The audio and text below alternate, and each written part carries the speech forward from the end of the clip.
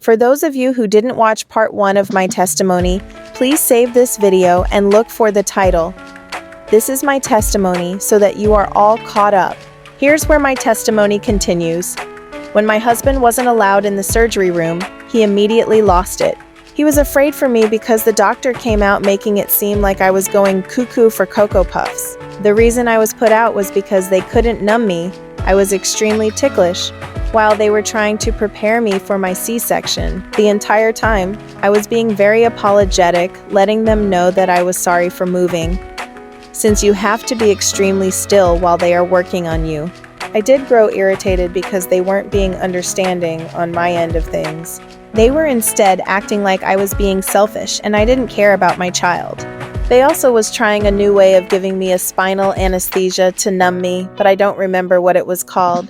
And it took forever. I remember at one point anesthesiologist shouted "done," and I assumed he was finished with the anesthesia. He screamed, "What are you doing?" I said, "You shouted done," and I felt the insertion, and he claimed he was only poking at the area he was trying to inject.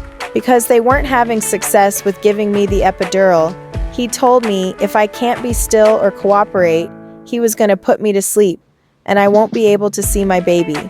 I then grew even more irritated and stated, "You just don't want me to see my child."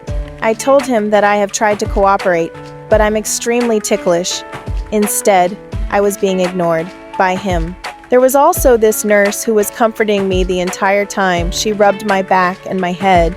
But since the doctors and the anesthesiologist couldn't get through to me, I told them to go ahead and put me to sleep, because they mentioned that's what they'll do anyways. Being a pregnant woman, sometimes we feel picked on and abused, and for me it was true, but you won't know what I've felt unless you've walked in my exact shoes. No matter how much we can relate to each other's walk, we are all going to have a slightly different outcome. In that moment, I kept asking for my husband, but they said he couldn't come back due to the fact I'm going to be put out. I wasn't being understanding of it all because I just needed him in that moment, and I felt mentally abused by team working on me. The doctors explained that my husband wouldn't know how to handle me lying asleep, and that it could trigger his mind into thinking that I may not wake up since it's a very serious surgery. They were giving me the propofol through my tube so I can fall asleep.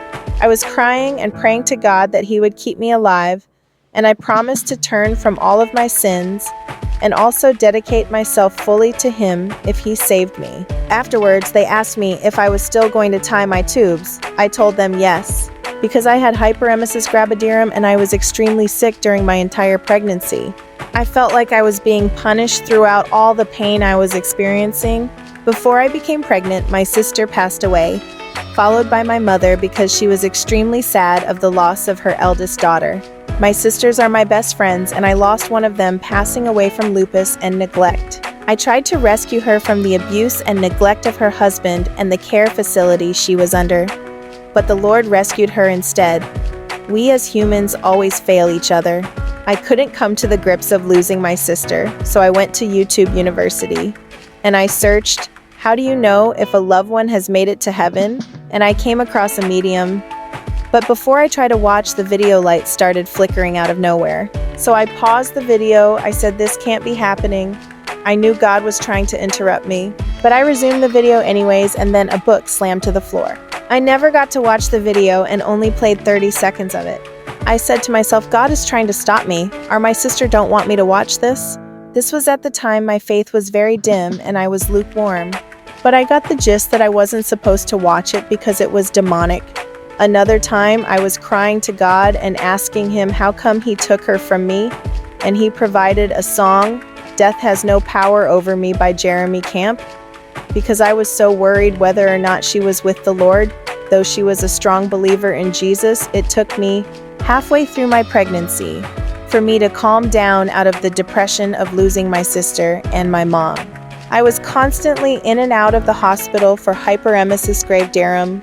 My son is a gift from God to me, numbing the pain that I was feeling towards the loss of my sister and mom. God wanted to provide me a companion that I could have and cherish and love and take care of. Although I have a family already, I just needed my sister.